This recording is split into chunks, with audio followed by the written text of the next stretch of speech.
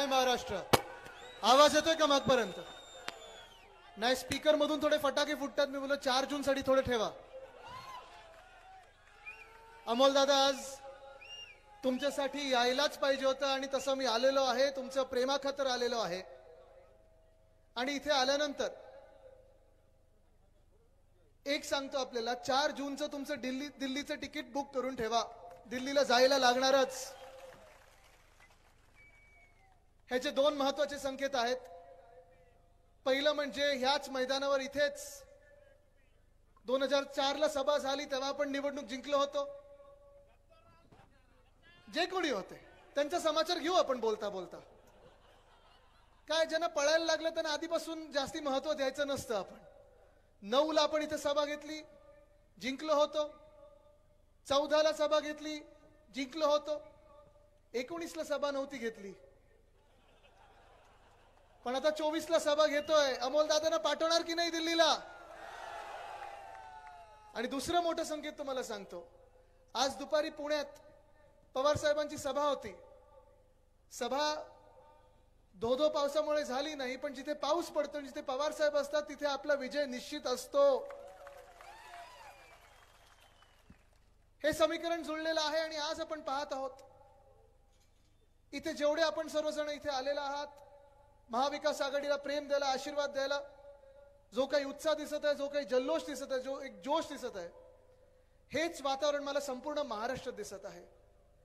आजच आपण पाहिलं असेल, बातमी आली आपल्याला की अरविंद केजरीवाल साहेबांची सुटका झाली.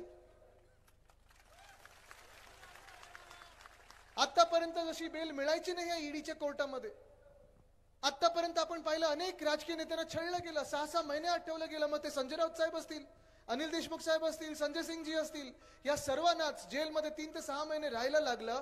आज आपण जो पाहतोय, जी ऑर्डर आलेली आहे, त्याच्यात सांगितलं की निवडणूक आहे, देशाची निवडणूक आहे, आणि अरविंद केजरीवालजी यांच्यासारख्या मुख्यमंत्र्यांना आत ठेवता येणार नाही. आम्हाला त्यांना प्रचारासाठी सोडायला लागणार म्हणजे लागणार. हे सगळे संकेत आहेत. परिवर्तनाचे वारे वाहू लागलेले आहेत. आणि देशभरात आपण पाहत आहोत जसं फ्रस्ट्रेशन, जसं एक राग भाजपच्या चेहऱ्यावर दिसायला लागलेले, भाजपच्या नेत्यांच्या चेहऱ्यावर दिसायला लागलेला आहे. देशाची जनता आज विचारत आहे, 10 वर्ष होऊन गेली, अच्छे दिन कधी येणार?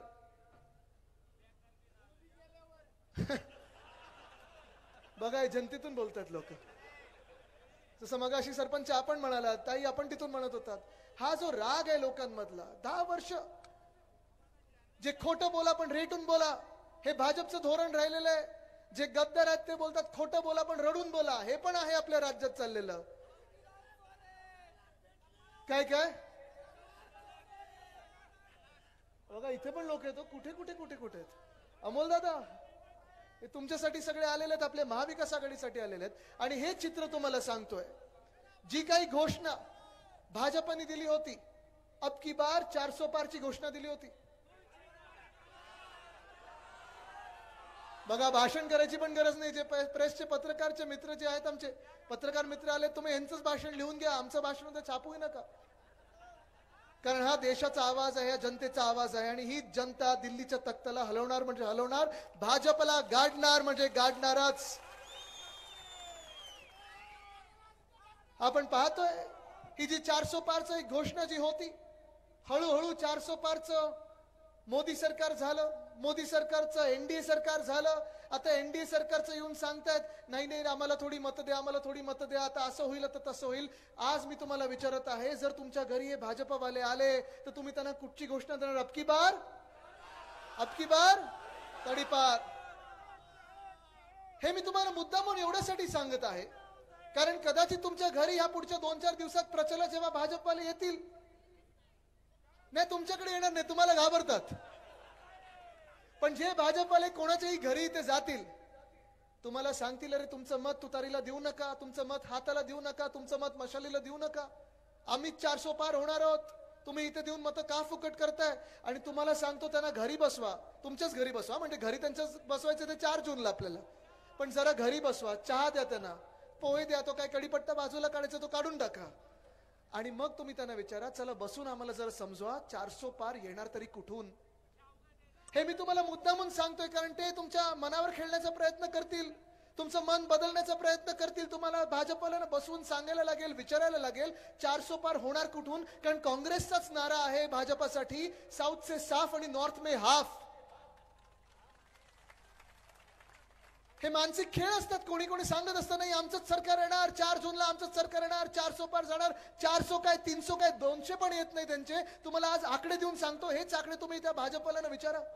आज दक्षिण भारतात जर परिस्थिती पाहिली तुम्ही भाजपाची, दक्षिण भारतात अशी परिस्थिती झाली आहे, ना केरळमध्ये एक सीट मिळत आहे, ना तामिळनाडूमधून एक सीट घेऊन येणार आहेत, ना तेलंगणामधून, कर्नाटकामधून नाही, आंध्र म्हणून नाही. मग तुम्ही मला सांगा भाजपवाले 400 पार होणार तरी कुठून?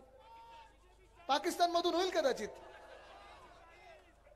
चायना मधून होतील, चंद्रावरनं होतील, पण भारतात ते 400 नाही, 300 नाही, 200च्या पुढेही जाणार नाहीत. तुम्हाला लिहून घ्या, आज 4 जूनला इंडिया आघाडीचं सरकार बसणार. दक्षिण भारताचं जसं तुम्हाला आढावा दिला मी, तसंच उत्तर भारताचं देतो, मध्य भारताचं देतो. महाराष्ट्राकडे जरा नंतर येऊया. आपण पहिलं जाऊया ते आपण काश्मीरमध्ये जाऊया. 5 वर्षापूर्वी 370 कलम आपल्या संविधानातून काढलं गेलं. 370 काढलेला आपला पण देखील पाठिंबा होता. आपण पण 2 दिवस साजरा केला होता. आपलं पण स्वप्न होतं की आपल्याला 370 कलम नकोय.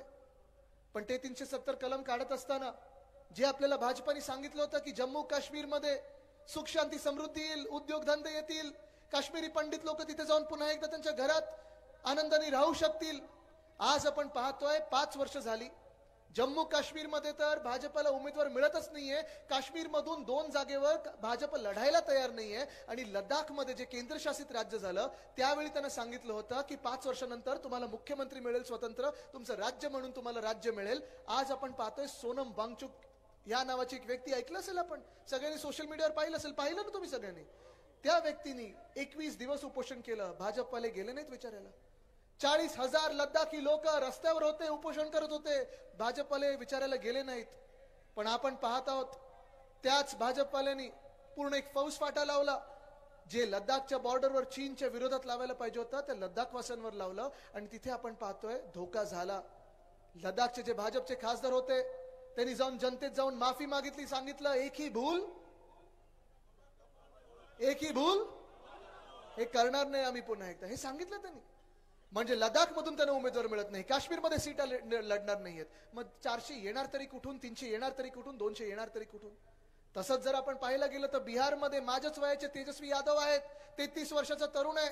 इथे जसं मिंदे सरकार बसवलं गेलं, गद्दारी करून बसवलं गेलं, तिथे देखील जेडीयूने पलटी खाल्ली आणि भाजपबरोबर सरकार बनवलं. पण आपण पाहतोय 10 वर्षामध्ये जेव्हा जेव्हा भाजपाने जेडीयू बरोबर सरकार बनवलेलं आहे, अनेक वेळा घोषणा झाल्या. प्रधानमंत्री महोदय स्वतः गेले, सांगितलं किती हजार कोटीचा पॅकेज देऊ, 20,000 कोटी, 30,000 कोटी, 50,000 कोटी, 1.5 लाख कोटीचा पॅकेज त्यांनी जाहीर केलं होतं. तुम्ही बिहारमध्ये जाऊन विचारा, अजून ते 1 रुपया देखील बिहारला त्या पॅकेज मधून गेला नाहीये. जे तेजस्वी यादव ज्यांना 2019 मध्ये 1 सीट मिळाली होती, आज आपण पाहतोय जो सर्वे येतोय त्यांना कमीत कमी 20 सीटा येणार आहेत. तुम्ही मला सांगा भाजपचे 400 पार येतात कुठून? नाही येऊ शकत. दिल्लीमध्ये देखील आपण पाहतोय आज तर अरविंद केजरीवाल सुटलेले आहेत. आतापर्यंत जे ते बोलत ट्रेलर होता, आता पिक्चर बी बाकी आहे. आणि दिल्लीमध्ये असेल, पंजाबमध्ये असेल, दिल्लीमध्ये काँग्रेस आणि आपची आघाडी आहे, 7 पैकी 7 जागा जिंकून येतील. पंजाबमध्ये देखील आम आदमी पार्टी आणि इंडिया आघाडी कमीत कमी 12 जागा ज्या संपूर्ण आहेत ते आपल्याकडे आणणार आहेत. हे सगळं जर देशाचं चित्र असेल तर चला येऊया महाराष्ट्राकडे. आज आपण पाहतोय पहिला टप्पा झाला, दुसरा टप्पा झाला, तिसरा टप्पा झाला. आपल्याला वाटलं होतं की 2-3 टप्प्यामध्ये निवडणुका होतील, पण ज्या मिनिटाला भाजपला कळलं की उद्धव बाळासाहेब ठाकरे ही व्यक्ती भाजपबरोबर नाहीये, त्यांना 5 टप्प्यामध्ये निवडणुका घ्यायला लागली. मागच्या वेळी किती टप्प्यांमध्ये होती निवडणूक आपली? 3 टप्प्यांमध्ये होती.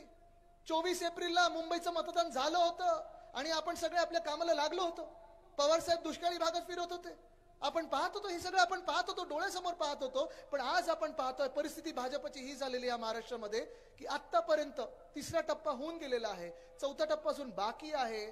पण प्रधानमंत्री महोदय स्वतः असतील, भाजपाचे मोठे मोठे मंत्री असतील, जेवढ्यांदा 2019 मध्ये महाराष्ट्रात आलेही नव्हते. चला 2019 सोडा, 2019 ते 24 पर्यंत जेवढ्या व्हिजिट त्यांच्या झाल्या नव्हत्या, जेवढ्या इथे ते जेवढ्यांदा आले नव्हते तेवढे ह्या 2 आठवड्यात आलेले आहेत.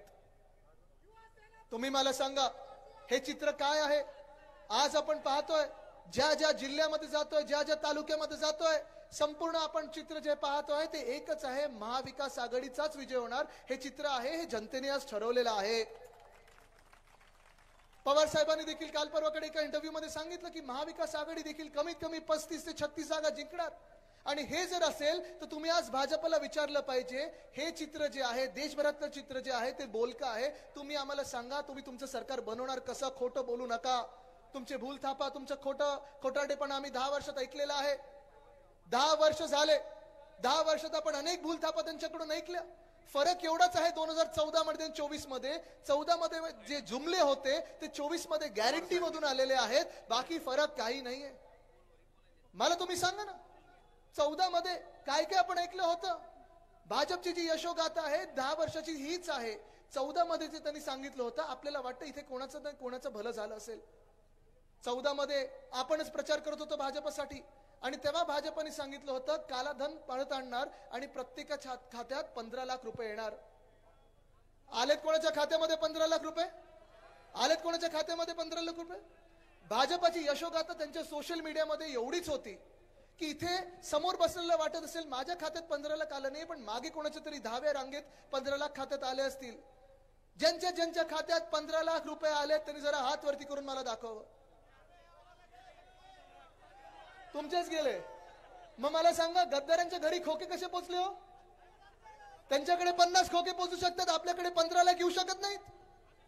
पण आज आपण पाहतोय 10 वर्ष होऊन गेली, त्याच्याबद्दल आता कोणी काही बोलायला तयार नाही. आज विषय निघतोय तो मटन मांस मच्छीवर बोललं जात आहे. आज विषय निघतोय तो विरोधी पक्ष काय घालतं काय खातं, तुम्ही काय घालता तुम्ही काय खाता, याच्यावर बोललं जात आहे. आपण पाहिलं असेल 2014 ला आपल्याला सांगितलं होतं की 2022 पर्यंत प्रत्येक भारतवासियाला छत मिळेल, घर मिळेल, प्रधानमंत्री आवास योजनेत घर मिळेल. इथे तुम्ही मला सांगा, कोणाला तरी इथे प्रधानमंत्री आवास योजनेत घर मिळालं असेल तर अभिमानाने हात वरती करा. तुमचा जाहीर सत्कार करायला मी तयार आहे. कोणाला मिळालं घर? मिळालंय घर? इथे नाही मिळालेलं. 2014 ला आपल्याला सांगितलं होतं, आपण देखील तोच प्रचार केला होता भाजपसाठी की 2022 पर्यंत शेतकरी बांधवांचं उत्पन्न जे आहे ते दुप्पट होणार. शेतकरी बांधव किती आले तो जरा हात वरती करून दाखवा. सगळ्यात ना. आता मला सांगा, ज्यांचं उत्पन्न दुप्पट झालेलं आहे त्यांनी आता हात वरती करा. अभिमानाने करा, एकदम दिलखुलासपणे करा. खर्च दुप्पट झाला, उत्पन्न सपाट. मग मला तुम्ही सांगा, ह्या भाजपचं आपण करायचं काय? अहो, खाली डोकं वर पाय ह्याचा पण फायदा असतो. त्याला शीर्षासन बोलतात योगामध्ये. त्यांना मतदान करायचं नाही.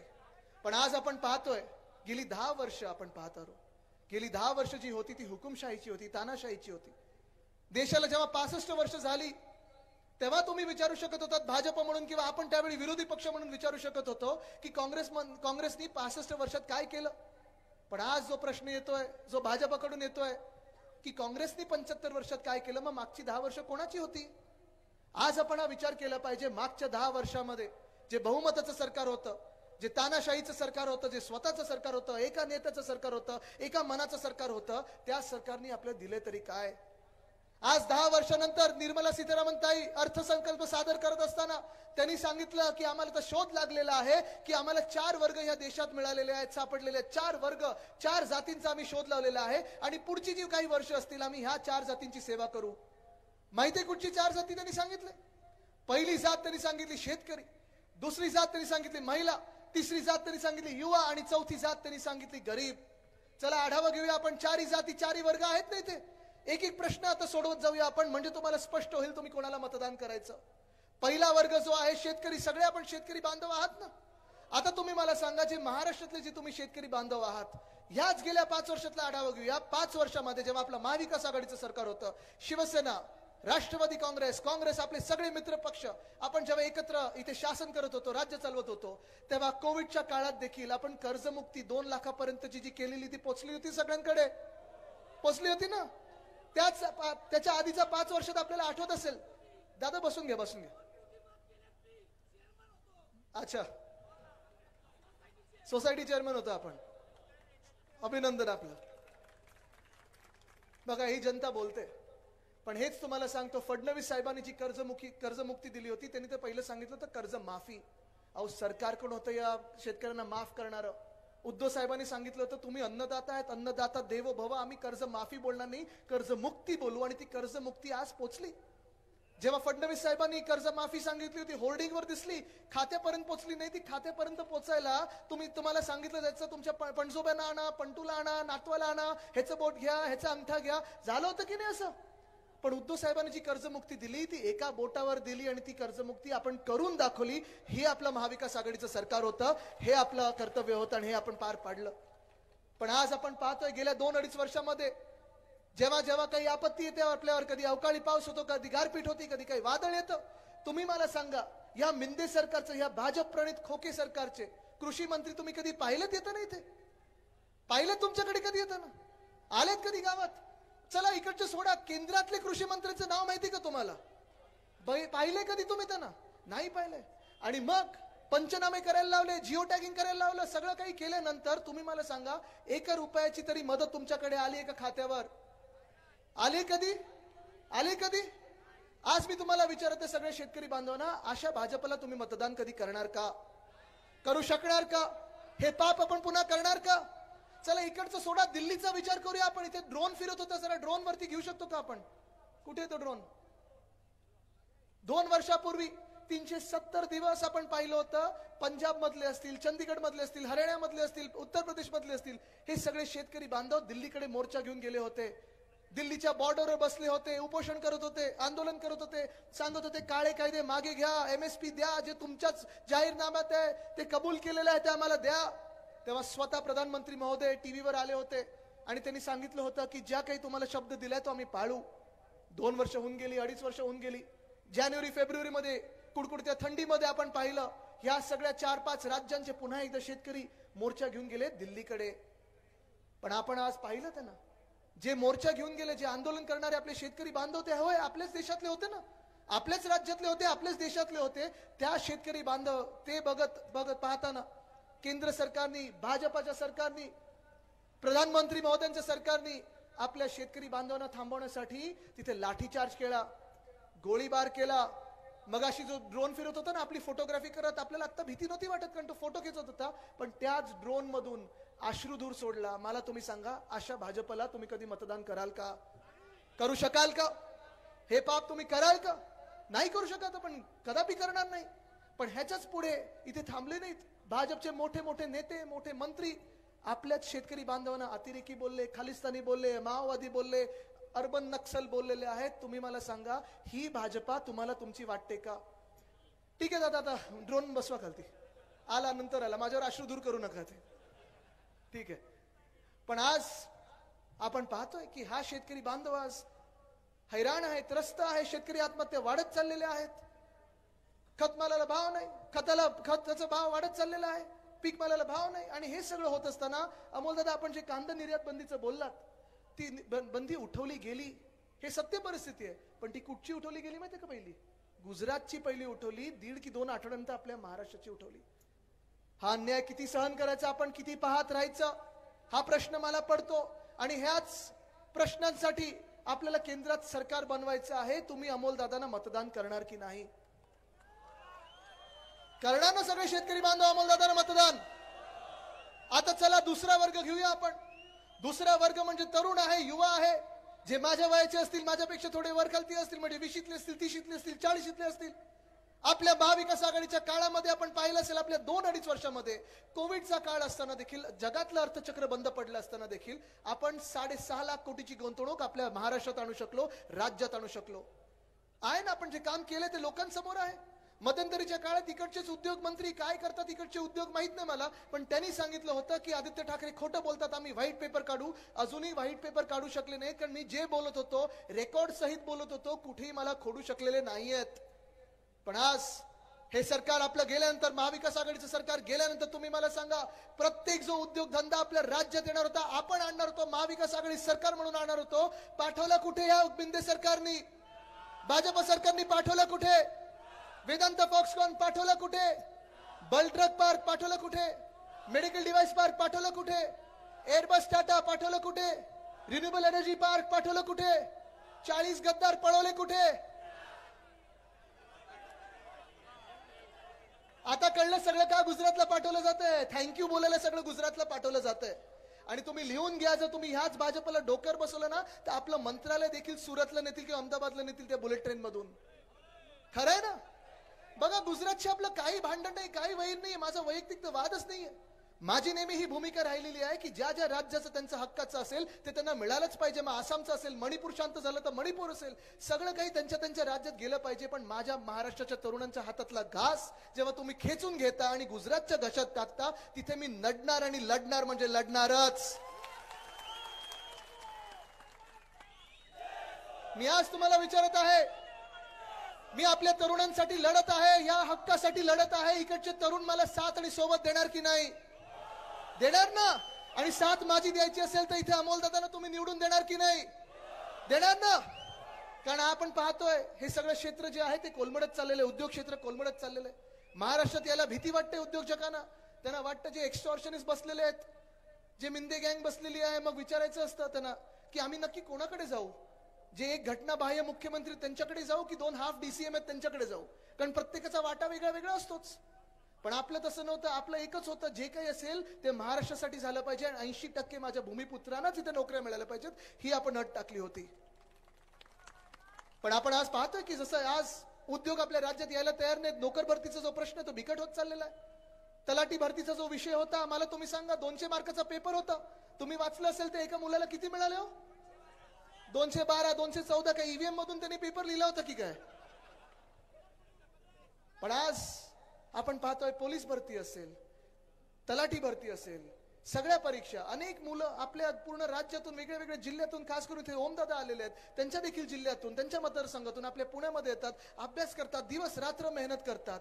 पण 4 की 5 वर्षाची मेहनत एका पेपर फुटीमुळे चिरडली जाते. इंडिया आघाडीचं वचन आहे, माझं देखील तुम्हाला वचन आहे, आदित्य रश्मी उद्धव ठाकरे म्हणून तुम्हाला वचन आहे, ज्या दिवसाला आपलं सरकार बसेल केंद्रात, पहिला कायदा आपण आणू की जो पेपर फोडेल त्याला फोडल्याशिवाय राहणार नाही. कमीत कमी 10 वर्षाची सजा आपण देणार. ही स्वप्न चिरडली जाऊ शकत नाही. कारण ही स्वप्न चिरडल्यानंतर चला तुम्ही पास झालाच तर मग बदली पोस्टिंगसाठी, कलेक्टरसाठी, SP साठी, DYSP साठी, म्युनिसिपल कमिशनरसाठी ह्या गद्दारांची बोली लावून ठेवलेली आहे ती बंद करायची. आपल्याला भ्रष्टाचारावर राज्य चालू शकत नाही, शासन चालू शकत नाही. पण आज हे दोन्ही वर्गांचा आढावा घेतल्यानंतर, तरुणांचा आढावा घेतल्यानंतर आज मी महिलांना विचारते, खूप मोठ्या संख्येत तिथे महिला आल्यात. जिथे महिला आहेत तिथे विश्वास आहे, जिथे विश्वास आहे तिथे विजय पक्का असतो. हे तुम्ही लिहून ठेवा. मी तुम्हाला विचारत आहे, ताई तुम्हाला सगळ्यांना विचारत आहे, आज आपण केंद्र सरकार पाहत आहोत, भाजपचं राज्य सरकार पाहत आहोत, तुम्हाला या राज्यामध्ये सुरक्षित वाटत आहे का? वाटतंय असं? जी काळजी आपण पाहिलं असेल, पवार साहेबांनी तुम्हाला इथे गर्दीत बसल्यानंतर D मध्ये घेतलं. खरं हा सुरक्षेचा एरिया असतो, पण स्वतः त्यांनी बोलून सांगितलं इकडच्या सगळ्या लोकांना, पोलीस वर्गाला, की हे सगळ्यांना सोडा, इथे जनता तिथे बसू शकत नाही. असं काळजी घेणारं सरकार तुम्हाला हे केंद्र सरकार किंवा राज्य सरकार वाटतंय का? आज कितीतरी उदाहरण आहेत आपल्या समोर. तो एक कर्नाटकामधला राक्षस रेवण्णा, 2 की 3 हजार बायकांचा रेप केलाय, 3000 महिलांचा रेप केलाय, व्हिडिओ केलेले आहेत, त्याच्या क्लिपा सगळीकडे फिरत आहेत. पण त्याच रेवण्णा राक्षसासाठी स्वतः प्रधानमंत्री महोदय येतात आणि प्रचार करतात. त्याच रेवण्णासाठी भाजपा पूर्ण यंत्रणा लावते आणि जिंकण्यासाठी मदत करण्याचा प्रयत्न करत आहेत. आणि त्याच रेवण्णाला, ज्याला देशातून पळवून लावायला पाहिजे होतं किंवा देशाच्या कोठडीत टाकायला पाहिजे होतं, त्याला तिथून पळून जाण्यासाठी मदत केली. मला तुम्ही सांगा, अशा भाजपला तुम्ही मतदान करू शकणार आहात का? करू शकणार आहात?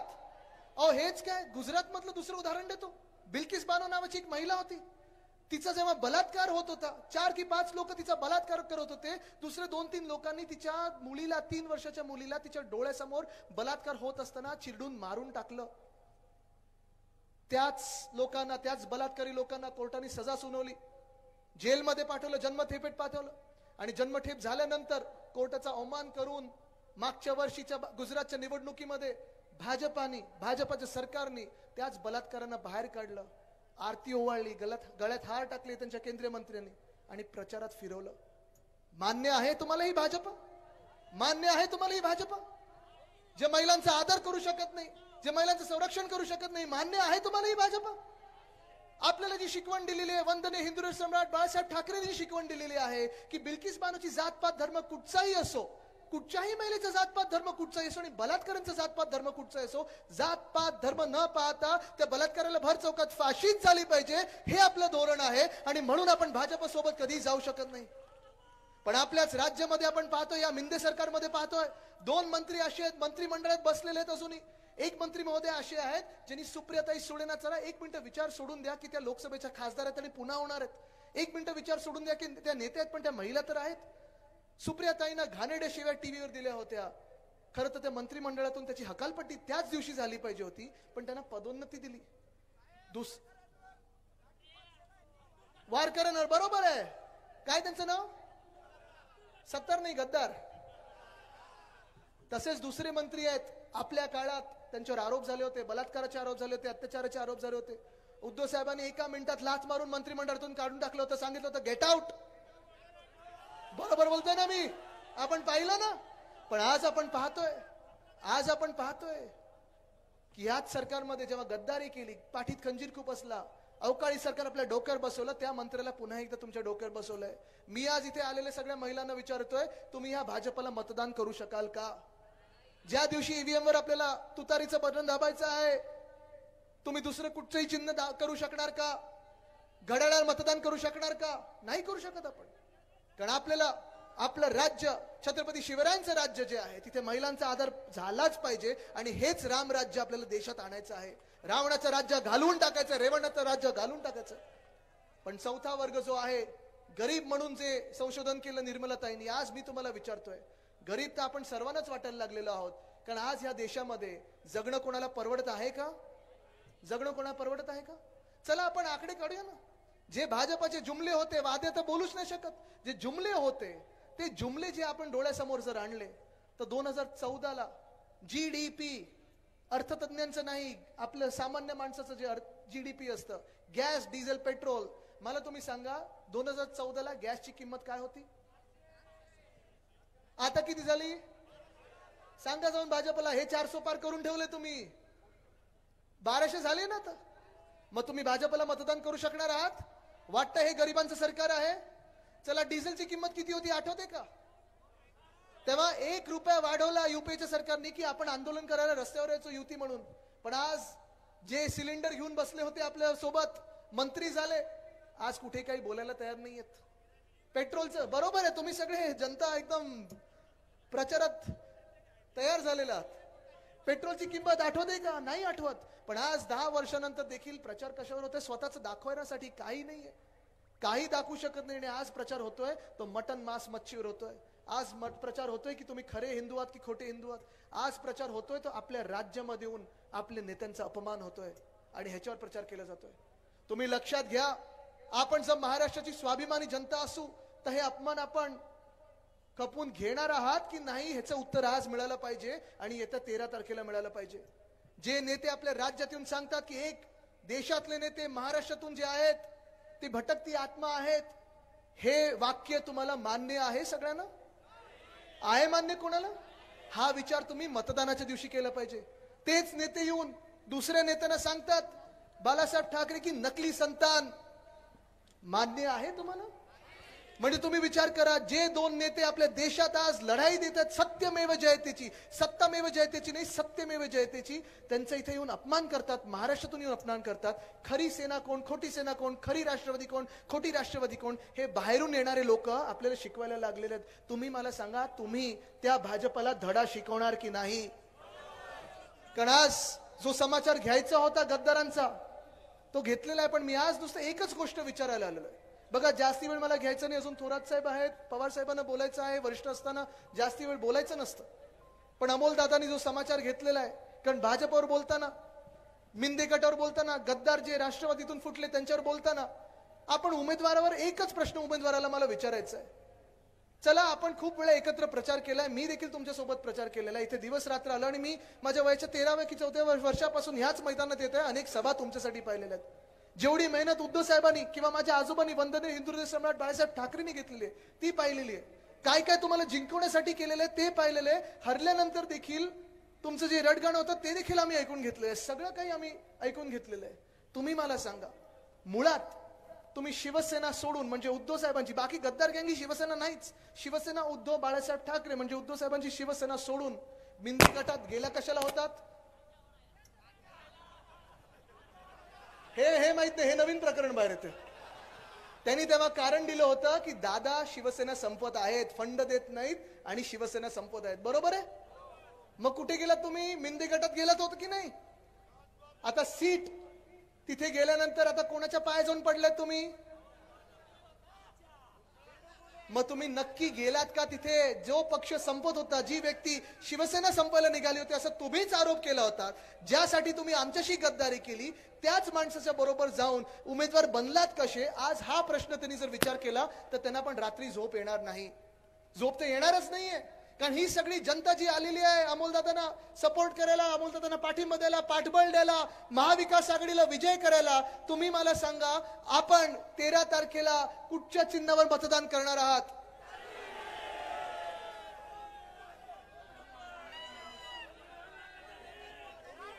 ठरलंय आपलं पक्का? मग चला पुन्हा एकदा आपण इथून आवाज तिथपर्यंत पोहोचला पाहिजे, दिल्लीपर्यंत पोहोचला पाहिजे. 13 तारखेला आपली निशाणी कुठची? निशाणी कुठची? निशाणी कुठची? निशाणी कुठची? अजून एक बोलू शकता, रामकृष्ण हरी बसवा गद्दाराला घरी. पण निशाणी कुठची? निशाणी कुठची? निशाणी कुठची? एकदा जोरात ऐकू द्या, निशाणी कुठची? चला 13 तारखेला तुतारी आणि 4 जूनला इंडिया आघाडीचं सरकार केंद्र सरकार म्हणून साजरं करूया. धन्यवाद. जय हिंद, जय महाराष्ट्र, वंदे मातरम. धन्यवाद आदित्य साहेब. आदित्य साहेबांचं वाचन आम्हा सर्व कार्यकर्त्यांसाठी प्रेरणा देणारं असतं. यानंतर महाराष्ट्र राज्याचे माजी महसूल मंत्री, काँग्रेसचे ज्येष्ठ नेते आदरणीय बाळासाहेबजी थोरात साहेब यांना विनंती करतो आपण सभेला संबोधित करावं. मला माहिती आहे की 6 वाजता सभा सुरू झालेली आहे आणि आपण सर्वजण खूप वेळ ही सभा ऐकता आहात. अत्यंत सुंदर भाषण आपण सगळ्यांनी ऐकलेले आहेत. मी आपला काही जास्त वेळ घेणार नाही. हा सुद्धा आवाज द्यायला लागलाय. इंडिया गठबंधन, महाविकास आघाडी, राष्ट्रवादी साहेबांची राष्ट्रवादी काँग्रेस आणि तुमचे आमचे सगळ्यांचे अधिकृत उमेदवार खासदार डॉक्टर अमोलजी कोल्हे यांच्या